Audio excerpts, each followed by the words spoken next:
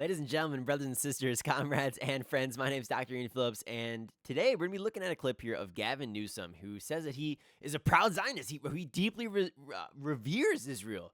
And, it just goes to show that every single politician out there is really just a spineless coward. Every single politician that you think of, when you think of the ones who are running things, they're all bad people, with the exception of a couple of them. Right? I shouldn't say all, but we all know what that means, right? There is that 0.1% like Bernie Sanders, who's actually doing a relatively good job with some morals. But Gavin Newsom is not going to be in that exception. And we have a clip here today saying he regrets calling Israel an apartheid state, only meaning to describe Netanyahu's leadership. And so we'll play the video here and then we'll talk about it. Do you consider yourself a Zionist? Do I consider myself a Zionist? Yes. I believe, I revere the state of Israel. I'm proud to support the state of Israel. I deeply, deeply oppose Bibi Netanyahu's leadership, his opposition to the two-state solution, and deeply oppose how he is indulging the far right as it relates to what's going on in the West Bank. Do you regret using the word apartheid to describe Israel? I used it, I do in this context, that I said it and I referenced why I used it.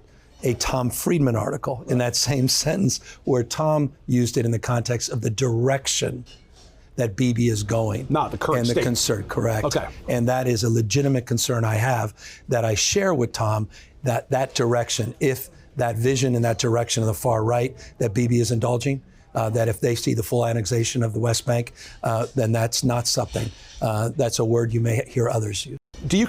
Okay, so like when you think of like an apartheid state, right, and you think of Israel, right, well, one of the things you say, okay, well, what would something like an apartheid state do? And you'll say, okay, well, maybe they would, I don't know, let people go into food lines and then take AK-47s and then just kill them all, right? Like, that's probably an apartheid state.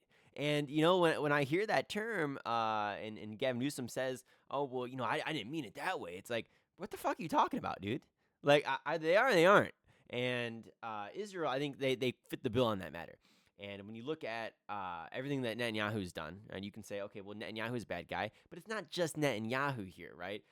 Just like it wasn't just Hitler. The whole regime is corrupt. The whole regime is bad. I mean, the other day I seen on Israeli state media that there was, they're obviously bombing people in Lebanon, and they were like, well, look, the children, they were reading Mein Kampf, so we had to bomb them. And it's like, hello, excuse me. This is a terrorist organization. That's what it is. And if you can't call it that, then I have no respect for you. And, he's not the only one, obviously. It's, he's the 0.1% of politicians, again, are probably pretty good. But, he's in that 99.9 percentile where he can't even bring himself to say or stand up against this terrorist organization. We'll say, okay, well, maybe it's just Netanyahu's, the bad guy, right? Because we need a two-state solution. We can't just have a one-state solution. But, see, the problem is that's probably never going to work. This is, a situation where, he'll say, okay, we need a two-state solution, but then they won't back it up, right? If he got into power, he wouldn't back that up. He's probably going to just still keep sending money on over to Israel. And even if he did want a two-state solution, he's not going to actually intervene, because, again, we're already over there. So he's not going to actually intervene, though, and say, look, all right, we're going to draw a line in the fucking sand. You go here, you go there, done. Go ahead and try us, right? If you want to get some, more territory on this, because they're not going to happen. That's what you need to do if you want a two-state solution. But it's not going to happen that way. And you probably need moderating. And then you're going to be involved in, an international conflict. My question is, how on earth is this America first? Why on earth are we even over there in the first place? I mean, to me, it's ridiculous. And, when this guy here essentially has more power, than our own politicians do, I think that we should probably be looking at him a little bit suspicious. Netanyahu is literally just, these politicians are so bloody corrupt that they pledge their allegiance to him. And I'll always bring it up every single video. The New York City mayoral debates was a clear example of that, right? Every single politician is spreading allegiance to Israel. And it's just ridiculous at this point, right? I think that people are starting to wake up. They're starting to see it. Israel has free healthcare in the United States of America, and our citizens do not. I don't know how much more corrupt that can get. They're bombing children in foreign countries, right? They blew up the school the other day. And it's just like, yeah, I don't think we really want our taxpayer dollars doing that, especially in a foreign conflict that doesn't involve us whatsoever. We involved ourselves, but we didn't need to be over there. So, it's the way it goes. I mean, you use clips dating back, showing their lies, for the last 50 years, saying that, Iran is a week away from, nuclear weapons and we have to stop them, just as they're doing now. Trump says we've defeated Iran. It's okay, then why the fuck are we still over there? Right? I mean, like, come on now. I mean, this is ridiculous, right? You'll say, oh, well, we gotta protect the oil prices. It's like, because of what Biden did. What Biden did.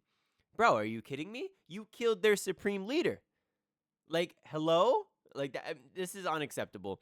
And this is something that we have to speak up against. There needs to be a revolution in this country. We need to vote out these individuals here. We need to destroy this entire complex that was built by these corrupt individuals whose entire goal is to enrich themselves and to accrue more power and keep the rest of us down. Because look, how else are they going to keep their power, right? If more of us are equal. And so I don't know, guys. It's a bad situation that we're in here. But these people are spineless, right? They're spineless for Israel. He won't go out and criticize Israel. He's going to have to criticize just Netanyahu himself, which I guess it's a start, right? But it just goes to show you that even the Democrats aren't really on your side. And so obviously, like I'd be a Democrat. Like I have no choice to be a Democrat. But it doesn't necessarily mean that I agree with what most of them do. And maybe the 0.1% is a little bit of a hyperbole here, but it's not much better than a few percent of them, which really have some spines. They're not that much better than the Republicans are, and just take a clear example of this, right? I mean, Biden and Obama. I mean, these people they're not good people, right? And they're bombing foreign countries all the time. Drone strikes,